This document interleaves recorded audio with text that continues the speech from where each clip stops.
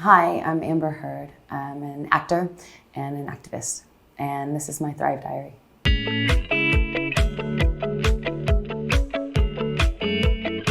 I don't thrive without inspiration, challenge, and purpose.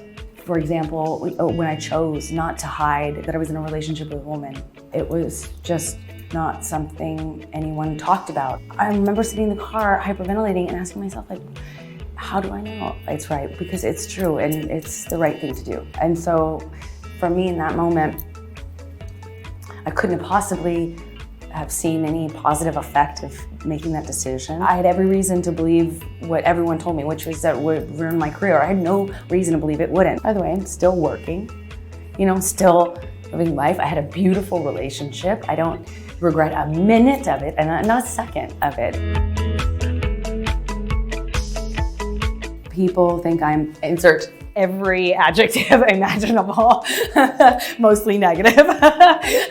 Insert, pick anything. But I am actually, yes, all of those things.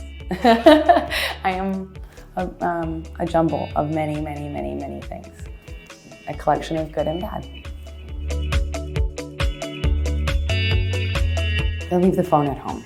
I find that when I'm feeling overwhelmed in that moment of my life, those tend to be the periods in which I will lose my phone and then not replace it for a while or longer periods of time, or break it and not fix it for longer periods of time than not, which tells me I think there's some intuition there, and just knowing that there is a certain amount of self-care and self-focus that needs to be put on yourself. Don't be afraid to be called a bitch.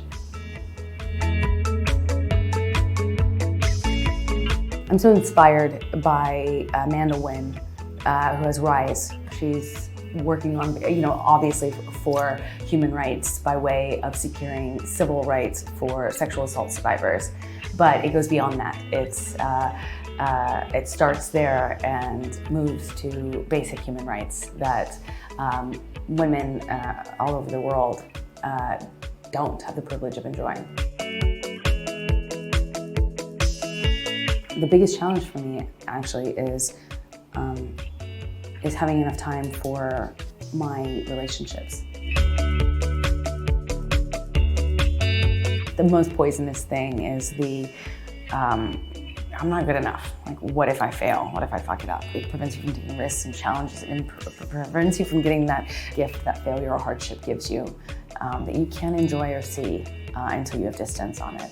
And you're robbing yourself of that when you try to protect against it.